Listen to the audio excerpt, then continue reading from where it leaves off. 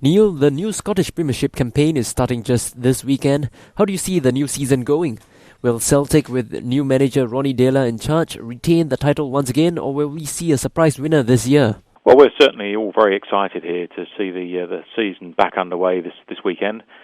We've got Rangers against Hearts this Sunday, which will be the opening game in the Championship, our second division, and of course in the Premiership. Celtic will certainly go into the campaign as heavy favourites.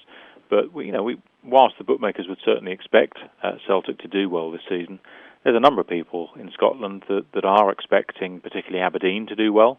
They've performed well in European football so far this year, and Dundee United, who continue to play a very attractive attacking brand of football with a young squad, and of course Motherwell, who finished second last year. They've competed well, particularly in European, getting into European competition for several years in a row under Stuart McCall. I think anything's possible, and certainly what 20 years in football has taught me is never make predictions. You never know quite what's around the corner. I think what we can expect, absolutely, is much more of the drama, the passion, and the excitement that Scottish football has a justifiable reputation for around the world. Now, Neil, are there any players in particular you're looking forward to watching this season? Any promising young talents we should look out for? Yes, well, certainly at Celtic, Virgil van Dijk, the Dutch defender, he had a strong season last year and would be expected to do so again. And Celtic's player of the season last season, Chris Commons, will obviously be tipped to shine again this year. At Aberdeen, Adam Rooney has scored 6 goals even before the season started. I think he's the leading scorer in the Europa League so far this season. In terms of young talents, I would expect that James Forrest at Celtic, he will certainly be someone that the media spotlight will be on. Peter Pawlett at Aberdeen, he certainly performed well last season. So I'd expect the attention in Tayside to be very much on Stevie May at St Johnstone. Now, Celtic have won the Scottish Premiership 3 times in a row, and there haven't been any real challenge to their dominance since Rangers were relegated due to their financial problems. I know you've mentioned that anything is possible in football, but if Celtic were to win the Premiership once more, do you think this gulf in quality between them and the rest of the teams in the league is a problem, especially in terms of competitiveness? Well, I think there's a number of points there. Firstly, Rangers are in the second division this year in the Championship. They've worked their way up over the last 2 seasons, and many people will be expecting them to win the Championship this year and to go back into the Premiership for next season, and old rivalries will certainly resume before long. And if that happens, I certainly expect that the top division to be extremely competitive. I think if you look at one of the best leagues in the world, the Bundesliga in Germany, Bayern Munich actually won their league before Celtic won the Premiership last season. And I think you're right. I don't think Ronnie Deila will be taking anything for granted at Celtic, particularly with Aberdeen looking so strong. I certainly expect the Premiership this year to be a tough league, and I would expect the Championship with Rangers vying against the likes of Hearts and Hibernian. I think that'll be a very interesting league as well. So I think you're right. Don't take anything for granted, and look, anyone who makes predictions in football, it's very easy to come unstuck. So let's see how the season unfolds. How then can the clubs in the SPL try not to only attract quality players but also prevent their top stars from leaving for greener pastures?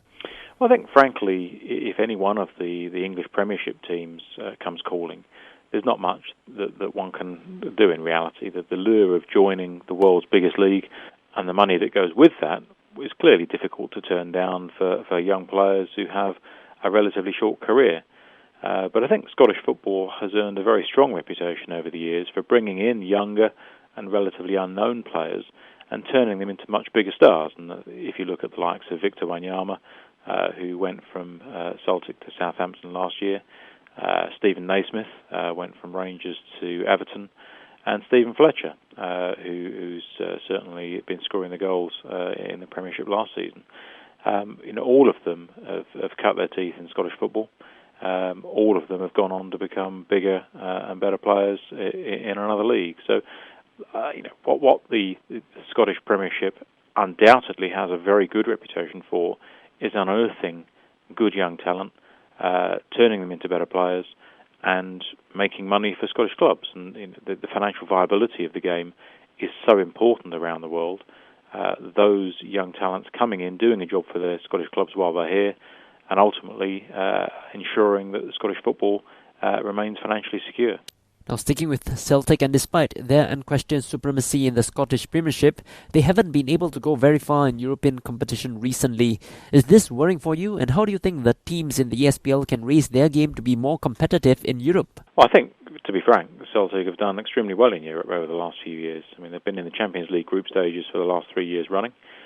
They beat Barcelona the season before last, and Spartak Moscow, amongst others. I think they have certainly carried the flag for Scottish football in Europe and have done extremely well, and certainly surprised a number of much better financed teams along the way.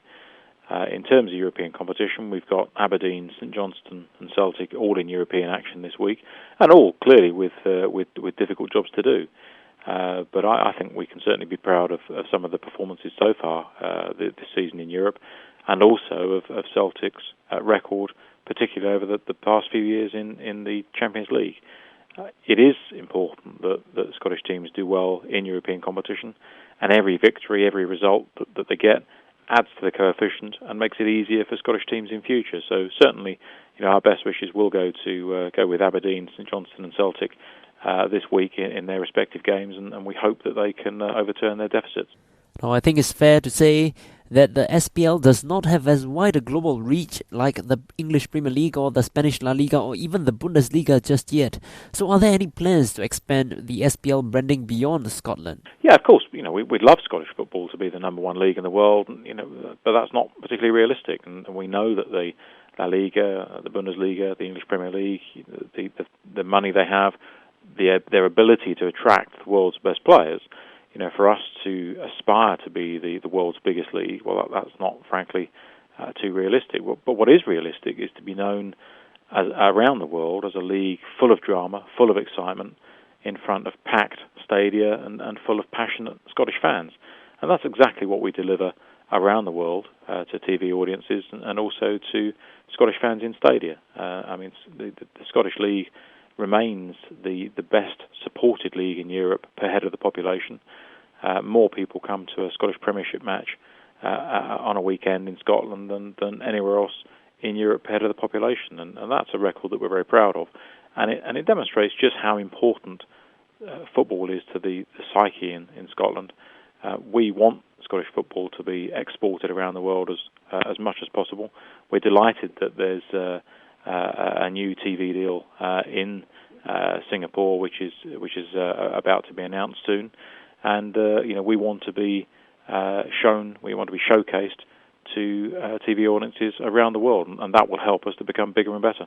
Speaking of the English Premier League, it's currently recognised as the most marketable league in the world. So what can the SPL learn or perhaps adopt from the EPL? Well, the way in which the Premier League has had a very outward focus, I think, is the key point to learn from. They haven't been inward looking. They've been very keen to travel around the world to export English football to TV audiences and through their teams appearing in different parts of the world.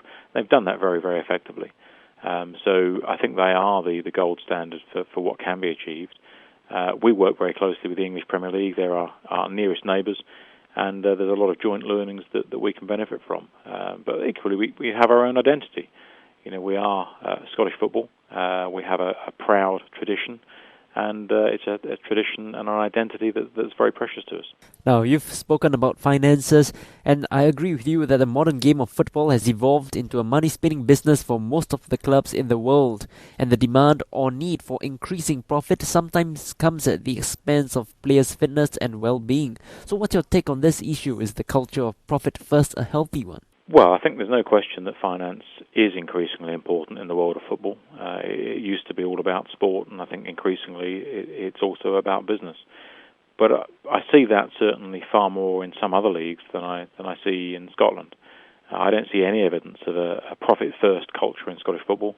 What I do see is a number of very historic, well-known, world-famous Scottish football clubs living within their means, serving up terrific, vibrant, exciting football to Scottish fans in the stadia and to viewers around the world. And I see Scottish football being financially secure, but absolutely all about the sport, all about the passion, and all about the drama. I don't think we'll see anytime soon any profit-first culture coming into the game in Scotland. But it is undeniable that finances play a huge part in the modern game, with player wages in particular increasing at an alarming rate. So how does the SPL ensure that clubs manage their finances responsibly, such that we don't see another case like that of Rangers or Leeds United?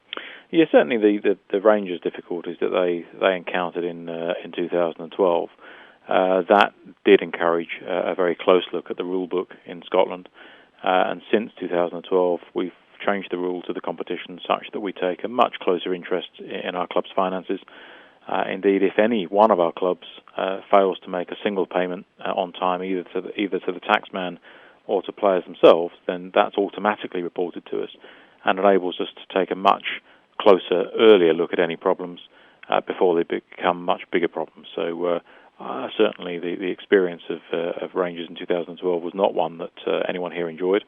Rangers are working their way back through the divisions, back to the Premiership, and we certainly hope that we won't see any repetition of those sorts of problems again. Finally, let's get your take on the Scottish national team. They've not managed to qualify for a major competition since the World Cup in 1998. So do you think they'll be able to break that duck by qualifying for the 2016 European Championships? Well, there's no doubt that under Gordon Strachan, the Scottish national team, they have turned a corner. The team, I'm sure, will go into its qualifying campaign for Euro 2016 full of confidence.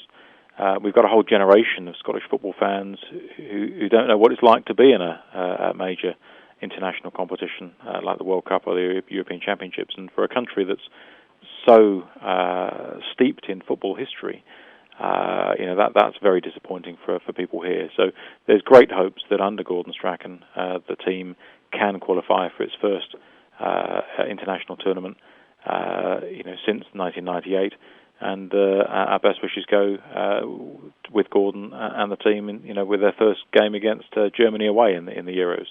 So very important that both at a league level, but also the national side, that Scotland does do well and carries with it the hopes of Scottish people.